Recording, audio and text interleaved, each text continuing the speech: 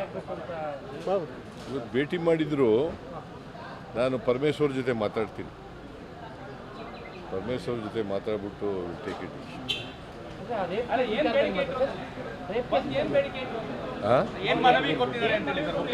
ಅವರು ನನಗೆ ಒಂದು ಮನವಿ ಕೊಟ್ಟಿದ್ದಾರೆ. ನಿನ್ನೆ ಭೇಟಿ ಮಾಡಿದಾರಂತೆ ಎಲ್ಲ ಒಕ್ಕಲಿಗ ಶಾಸಕರನ್ನು, ಕಾಂಗ್ರೆಸ್ನ ಒಕ್ಕಲಿಗ ಶಾಸಕರು. ಅವರು ಏನಂತ ಹೇಳಿದ್ದಾರೆ ಅಂತಂದರೆ, ಮುನಿರತ್ನ ಅವ್ರ ಮೇಲೆ, ಶಾಸಕರ ಮೇಲೆ 3 ಕಂಪ್ಲೇಂಟ್ಗಳು ರಿಜಿಸ್ಟರ್ ಆಗಿದ್ದಾವೆ. ಅವನ್ನೆಲ್ಲ SIT ಕೊಡಿ ಅಂತ ಹೇಳ್ತಾ ಇದ್ದಾರೆ. ಆ ಡಿಮ್ಯಾಂಡನ್ನು ಇಟ್ಟಿದ್ದಾರೆ. ನಾನು ಅವ್ರಿಗೆ ಹೇಳಿದ್ದೀನಿ, ಹೋಮ್ ಮಿನಿಸ್ಟ್ರು ಪರಮೇಶ್ವರ್ ಅವ್ರ ಜೊತೆ ಮಾತಾಡಿ ಆಮೇಲೆ ತೀರ್ಮಾನ ತಗೋತೀನಿ. ಮೊದಲನೇದಾಗಿ ಫಿಲಿಂ ಸಿಟಿನ ಅಪ್ರೂವ್ ಮಾಡಿದ್ದಕ್ಕೆ ನಮ್ಮ ಕಡೆಯಿಂದ ಧನ್ಯವಾದಗಳು. ಯಾಕಂದ್ರೆ ಮೈಸೂರಿಗೆ ಒಂದು ದೊಡ್ಡ ಪ್ರಾಜೆಕ್ಟ್ ಥ್ಯಾಂಕ್ ಯು. ಆಮೇಲೆ ಎರಡನೇದಾಗಿ ಸರ್, ದಸರಾ ಉದ್ಘಾಟನೆಗೆ ಯಾರನ್ನ ಕರೀತಾ ಇದ್ದೀರಿ? ಸರ್ಕಾರ ಏನು ತೀರ್ಮಾನ ಮಾಡ್ತು ಅಂತ? ಒಬ್ಬ ಹೆಸರಾಂತ ಸಾಹಿತಿ ಹಂಪ ನಾಗರಾಜಯ್ಯನವರನ್ನು ದಸರಾ ಉದ್ಘಾಟನೆಗೆ ಈ ಸಾರಿ ಕರೀತಾ ಇದ್ದೇವೆ. ಅವರಿಗೆ ಆಹ್ವಾನ ಕೊಡ್ತಾರೆ. ಜಿಲ್ಲಾ ಆಡಳಿತವರು ಮತ್ತು ಡಿಸ್ಟಿಕ್ ಇನ್ಚಾರ್ಜ್ ಮಾದೇವಪ್ಪನವರು ಅವರಿಗೆ ಆಹ್ವಾನವನ್ನು ಕೊಡ್ತಾರೆ. ಅವರನ್ನು ಕರೀತಾರೆ. ನನಗೆ ವಹಿಸಿದ್ರು ಯಾರನ್ನು ಮಾಡಬೇಕು ಅಂತ. ಹಂಪ ನಾಗರಾಜಯ್ಯನವ್ರನ್ನ ನಾನು ತೀರ್ಮಾನ ಮಾಡಿದ್ದೆ. KPSC ಎಕ್ಸಾಮ್ನ ಎಕ್ಸಾಮ್ ಮಾಡ್ತೀನಿ ಅಂತ ಹೇಳಿ KPSC ಎಕ್ಸಾಮ್ ಆಯ್ತಲ್ಲ, ಗೊಂದಲಗಳಾಯ್ತು, ಅಲ್ಲಿ ಟ್ರಾನ್ಸ್ಲೇಷನ್ ಎಲ್ಲ ತಪ್ಪಾಯ್ತು. ವಿತಿನ್ 2 ಮಂತ್ಸ್ ಅದನ್ನು ಎಕ್ಸಾಮ್ ಮಾಡ್ತೀನಿ ಅಂತ ಹೇಳಿದ್ರು. ಆದರೆ KPSC ಅವರು ಅಷ್ಟು ಒಳಗಡೆ ಮಾಡೋಕ್ಕಾಗಲ್ಲ ಅಂತ ಹೇಳ್ತೀವಿ. ಅದೊಂದು. ಆಮೇಲೆ ಕಾನ್ಸ್ಟೇಬಲ್ದು ವಯೋಮಿತಿ ಹೆಚ್ಚಳ ಮಾಡಬೇಕಂತ ಅವ್ರು ಬೇಡಿಕೆ ಇಟ್ಟಿದ್ದಾರೆ. 27 ವರ್ಷ ಏನಿದೆ ಅದನ್ನು 33 ವರ್ಷಕ್ಕೆ ಮಾಡಬೇಕು. ಬೇರೆ ರಾಜ್ಯದಲ್ಲಿ 33 ವರ್ಷ ಇದೆ. ಅದೇ ಒಂದು ಸಾರಿ ಒನ್ ಟರ್ಮ್ ಡಿಸಿಷನ್ ಮಾಡಿ ಅಂತ ಹೇಳಿದ್ದೀನಿ ನಾನು ಪರಮೇಶ್ವರ್ ಅವ್ರ ಜೊತೆ ಮಾತಾಡಿದ್ದೀನಿ. ಆಮೇಲೆ ಇವ್ರಿಗೆ ಪಬ್ಲಿಕ್ ಸರ್ವಿಸ್ ಕಮಿಷನ್ ಅವ್ರ ಜೊತೆ ಕೂಡ ಮಾತಾಡಿದ್ದೀನಿ. ಅದಕ್ಕೆ ಪರೀಕ್ಷೆ ತಹಸೀಲ್ದಾರರು, ಅಸಿಸ್ಟೆಂಟ್ ಕಮಿಷನರ್ ಅದರಿಂದ ಮಾಡಿ ಪರೀಕ್ಷೆ, ಬೇರೆ ಪರೀಕ್ಷೆ ಮಾಡಿ ಅಂತ. ಯಾಕಂದರೆ ಕನ್ನಡದಲ್ಲಿ ಭಾಳ ತಪ್ಪಾಗಿದೆ. ಇಂಗ್ಲೀಷಿಂದ ಕನ್ನಡಕ್ಕೆ ತರ್ಜುಮೆ ಮಾಡೋದ್ರಲ್ಲಿ ಭಾಳ ತಪ್ಪುಗಳಿದೆ. ಅದಕ್ಕೋಸ್ಕರ ಮಾಡಿ. ಗಣೇಶನ ಗಲಾಟೆ ಜಾಸ್ತಿ ಆಗ್ತದೆ. ದಾವಣಗೆರೆಯಲ್ಲೂ ಸಹ ಕಲ್ಲು ತೂರಾಟ ಮಾಡುವಂಥ ಕೆಲಸ ಜಾಸ್ತಿ ಅಂದರೆ ಕಲ್ಲು ದಿನ ಎಷ್ಟು ಗಣೇಶಗಳಿದ್ದೋ ಗೊತ್ತಾ? ಎಷ್ಟಿದ್ದೋ? 60,000 ಗಣಪತಿಗಳು. ಅದು 2 ಇನ್ಸಿಡೆಂಟ್ ಆದರೆ ಸಾವಿರಾರು ನೂರಾರು ನಡೀತವೆ ಅಂತಂದ್ರೆ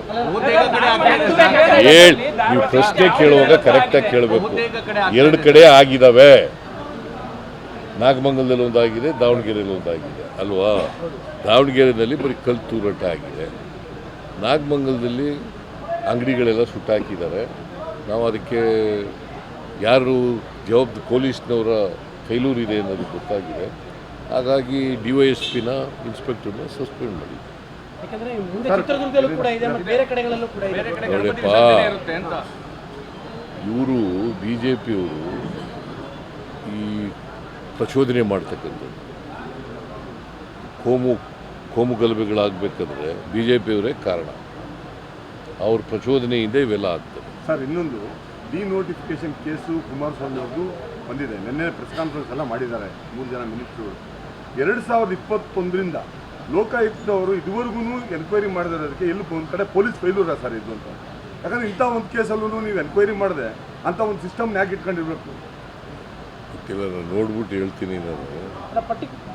ಯಾಕೆಂದರೆ ನಿನ್ನೆ ಕೃಷ್ಣ ಬೈರೇಗೌಡ, ದಿನೇಶ್ ಗುಂಡೂರಾವ್ ಮತ್ತು ಸಂತೋಷ್ ಲಾಡ್ ಅವರು ಮತ್ತು ಈ ಥರ ಎಲ್ಲ ನಮ್ಮ ಪಕ್ಷದ ಮುಖಂಡರುಗಳು ಸೇರಿ ಪ್ರೆಸ್ ಮಾಡಿ ಹೇಳಿದ್ದಾರೆ.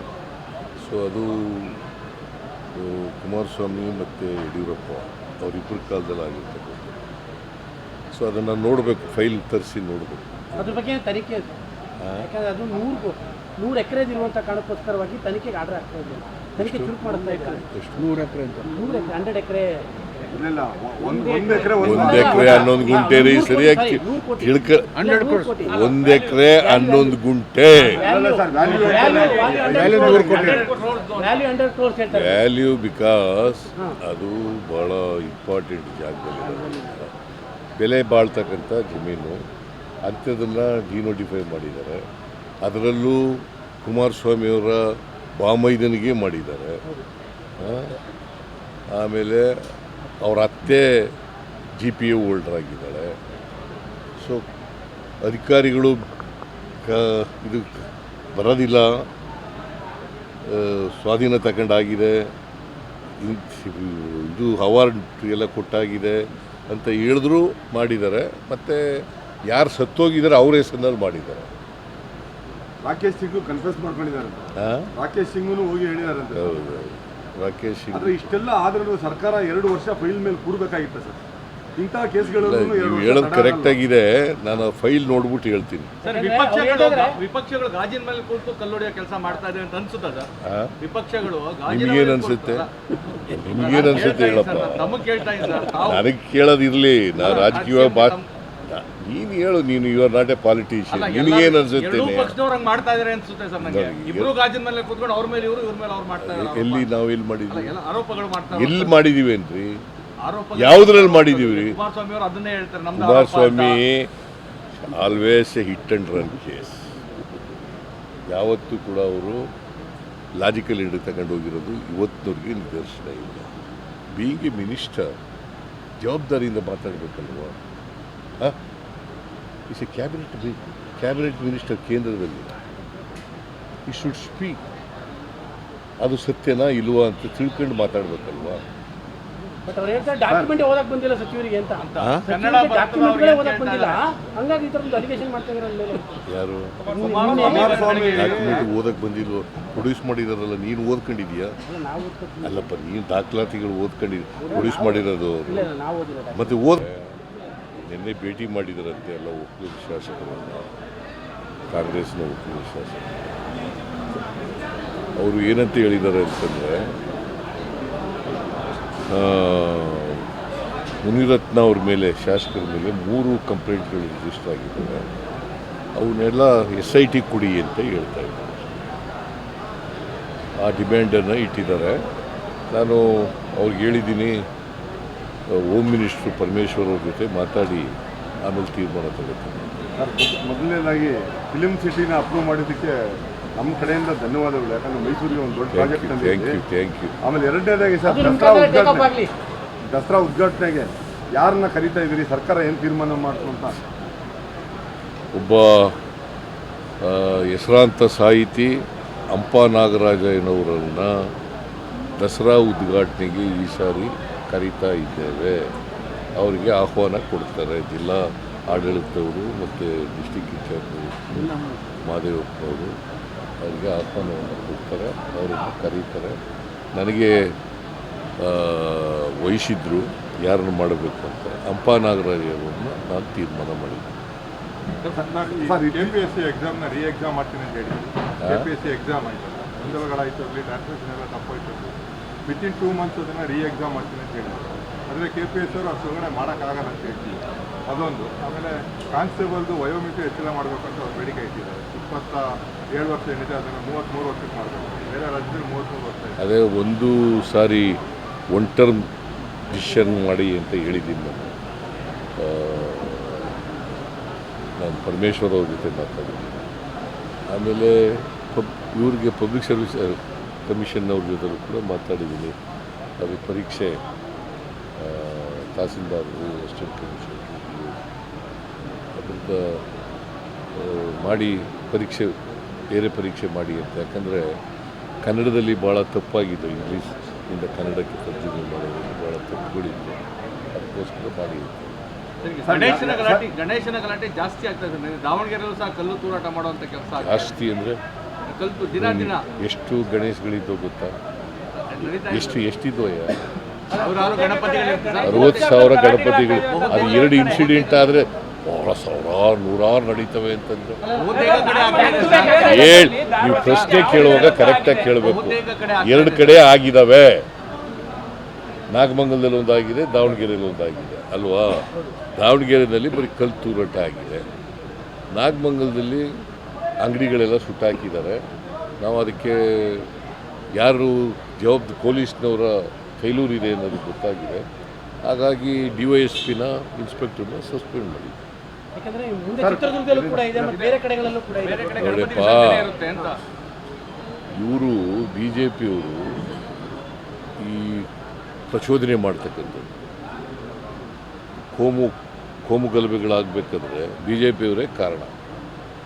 ಅವ್ರ ಪ್ರಚೋದನೆಯಿಂದ ಇವೆಲ್ಲ ಆಗ್ತದೆ. ಸರ್ ಇನ್ನೊಂದು ಡಿನೋಟಿಫಿಕೇಶನ್ ಕೇಸು ಕುಮಾರಸ್ವಾಮಿ ಅವ್ರದ್ದು ಬಂದಿದೆ. ನಿನ್ನೆ ಪ್ರೆಸ್ ಕಾನ್ಫರೆನ್ಸ್ ಎಲ್ಲ ಮಾಡಿದ್ದಾರೆ 3 ಜನ ಮಿನಿಸ್ಟ್ರುಗಳು. 2021ರಿಂದ ಲೋಕಾಯುಕ್ತವರು ಇದುವರೆಗೂ ಎನ್ಕ್ವೈರಿ ಮಾಡಿರೋದಕ್ಕೆ ಎಲ್ಲಿ ಒಂದು ಕಡೆ ಪೊಲೀಸ್ ಫೈಲೂರ ಸರ್ ಇದು ಅಂತ. ಯಾಕಂದರೆ ಇಂಥ ಒಂದು ಕೇಸಲ್ಲೂ ನೀವು ಎನ್ಕ್ವೈರಿ ಮಾಡಿದೆ ಅಂಥ ಒಂದು ಸಿಸ್ಟಮ್ನ ಯಾಕೆ ಇಟ್ಕೊಂಡಿರ್ಬೇಕು? ಗೊತ್ತಿಲ್ಲ, ನಾನು ನೋಡ್ಬಿಟ್ಟು ಹೇಳ್ತೀನಿ ನಾನು. ಅಲ್ಲ ಪಟ್ಟಿ ಯಾಕೆಂದರೆ ನಿನ್ನೆ ಕೃಷ್ಣ ಬೈರೇಗೌಡ, ದಿನೇಶ್ ಗುಂಡೂರಾವ್ ಮತ್ತು ಸಂತೋಷ್ ಲಾಡ್ ಅವರು ಮತ್ತು ಈ ಥರ ಎಲ್ಲ ನಮ್ಮ ಪಕ್ಷದ ಮುಖಂಡರುಗಳು ಸೇರಿ ಟೆಸ್ಟ್ ಮಾಡಿ ಹೇಳಿದ್ದಾರೆ. ಸೊ ಅದು ಕುಮಾರಸ್ವಾಮಿ ಮತ್ತು ಯಡಿಯೂರಪ್ಪ ಅವರಿಬ್ಬರ ಕಾಲದಲ್ಲಿ ಆಗಿರ್ತಕ್ಕಂಥದ್ದು. ಸೊ ಅದನ್ನು ನೋಡಬೇಕು, ಫೈಲ್ ತರಿಸಿ ನೋಡಬೇಕು. ಅದ್ರ ಬಗ್ಗೆ ತನಿಖೆ ಇದೆ. ಯಾಕಂದ್ರೆ ಅದು 100 ಎಕರೆದಿರುವಂಥ ಕಾರಣಕ್ಕೋಸ್ಕರವಾಗಿ ತನಿಖೆಗೆ ಆರ್ಡರ್ ಆಗ್ತಾ ಇದೆ. ತನಿಖೆ ಚುರುಕು ಮಾಡ್ತಾ ಇದ್ದಾರೆ. ಎಷ್ಟು 100 ಎಕರೆ ಅಂತ? 100 ಎಕರೆ ಇಲ್ಲ ಒಂದು ಎಕರೆ 1 ಎಕರೆ 11 ಗುಂಟೆ ರೀ, ಸರಿಯಾಗಿ ತಿಳ್ಕ. 1 ಎಕರೆ 11 ಗುಂಟೆ ವ್ಯಾಲ್ಯೂ, ಬಿಕಾಸ್ ಅದು ಭಾಳ ಇಂಪಾರ್ಟೆಂಟ್ ಜಾಗದಲ್ಲಿರೋದ್ರಿಂದ ಬೆಲೆ ಬಾಳ್ತಕ್ಕಂಥ ಜಮೀನು ಅಂಥದ್ದನ್ನು ಡಿನೋಟಿಫೈ ಮಾಡಿದ್ದಾರೆ. ಅದರಲ್ಲೂ ಕುಮಾರಸ್ವಾಮಿಯವರ ಬಾಮೈದನಿಗೆ ಮಾಡಿದ್ದಾರೆ. ಆಮೇಲೆ ಅವ್ರ ಅತ್ತೆ GPA ಹೋಲ್ಡರ್ ಆಗಿದ್ದಾಳೆ. ಸೊ ಅಧಿಕಾರಿಗಳು ಇದು ಬರೋದಿಲ್ಲ, ಸ್ವಾಧೀನ ತಗೊಂಡಾಗಿದೆ, ಇದು ಅವಾರ್ಡ್ ಎಲ್ಲ ಕೊಟ್ಟಾಗಿದೆ ಅಂತ ಹೇಳಿದ್ರು ಮಾಡಿದ್ದಾರೆ. ಮತ್ತು ಯಾರು ಸತ್ತೋಗಿದ್ದಾರೆ ಅವ್ರ ಹೆಸರಿನಲ್ಲಿ ಮಾಡಿದ್ದಾರೆ.